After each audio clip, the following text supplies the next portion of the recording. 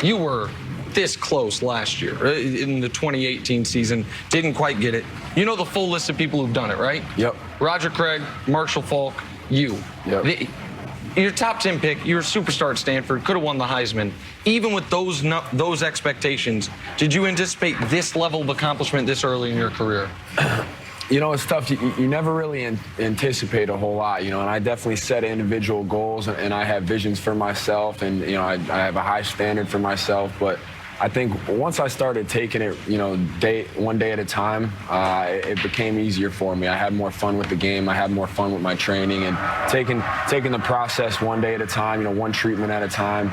And after that, it became more fun, and started having more success. But at the end of the day, I mean, and you guys know this better than anybody, you know, winning's the most important thing in the world. And you can have all the individual success, but at the end of the season, you know, if your team's not in the playoffs, if your team, you know, didn't have a shot for the Super Bowl, it's, you know, you're a little bit bitter. So, you know, I'm hoping we can turn things around. Unfortunately, your team didn't get a chance to perform as well as you probably would have wanted this year. And a lot of that has to do with the fact that Cam Newton went down with injury.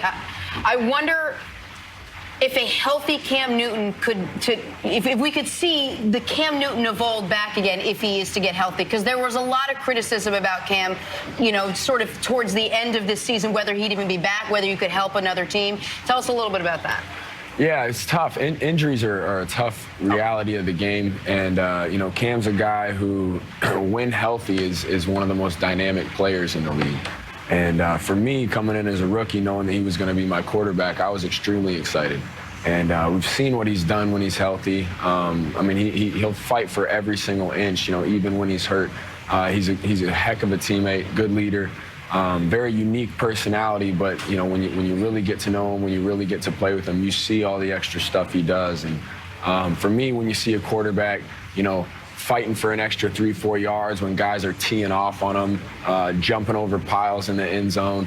That's something you can rally behind, something you can really respect, you know, somebody who's fighting for every inch to score a touchdown, to get a first down, whatever it may be. So we're here for Super Bowl week, and obviously the 49ers and Chiefs are playing. You guys played the 49ers. I believe they held y'all to, what, 13 points? Yep. What's the hardest thing about facing this defense? Yeah, they got such a good D-line, and there's a difference between having a good D-line who has a bunch of good pass rushers and a good D-line who has a bunch of good run stoppers. And when you look at them, they have both, and they have two of the best, in my opinion, when I've played so far, two of the best linebackers I've played this year, Quan Alexander and Fred Warner, and they play so well together. They rally to the football. I think when you look at team speed as a defense, as me as a running back, I look at how do they run to the ball, not just in the first quarter, in the fourth quarter. And then Richard Sherman leading that secondary.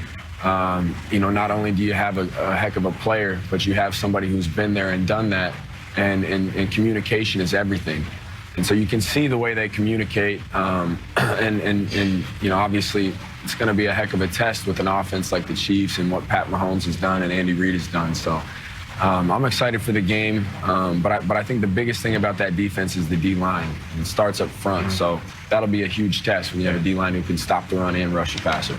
You were an offense unto yourself, really, for the Panthers this year, and part of last year, particularly once Cam went out. But still, even with that responsibility, there are times you got to get in there, block, you got to chip up blitzing linebacker. For the Chiefs, that's going to be almost all they ask their running backs to do. Catch screen passes and help with the blitz pickup. As a young player, Chiefs have a young running back as well. How difficult is that? What are the strategies for it when some monster like this guy's coming in hot and it's only between you and him and the quarterback? Yeah. I played against James one time in the preseason. I was actually lucky. I don't even think I was in at the same time as him. So very fortunate you retired. But no, as a running back who likes to get out on my check down and get the ball. It's tough because the whole week you're preaching, look, if nobody's blitzing, you chip that guy. And so when we played, the Niners, it was, if I know they're not blitzing, I'm going to 97 and I'm chipping Bosa. And I have to be very, very cognizant of that at all times.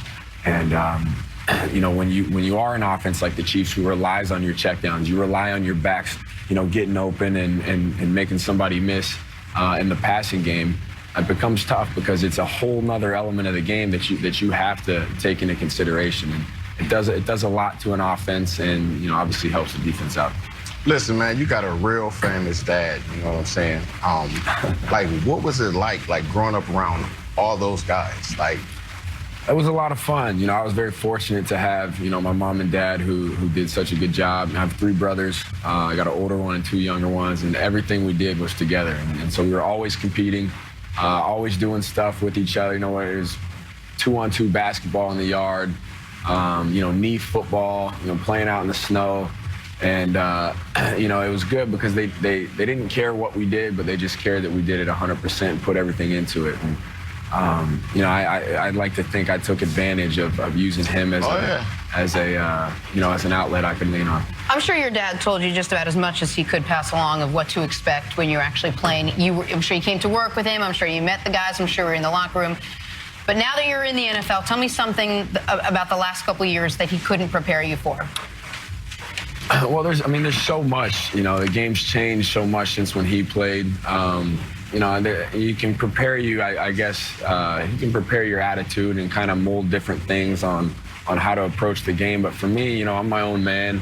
And, coming in the league, it's good that I learned from players on my team who have done it right. Guys like Luke Kuechly, guys who set the standard of what it's like to be a pro.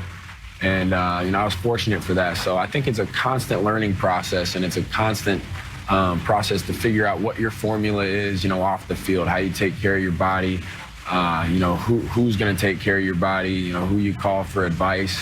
And at the end of the day, it's just taking little pieces from everybody and making them, specifically your own. Couple questions on Luke Kuechly. He's one of the greatest players of his era. He obviously just stepped away from the game.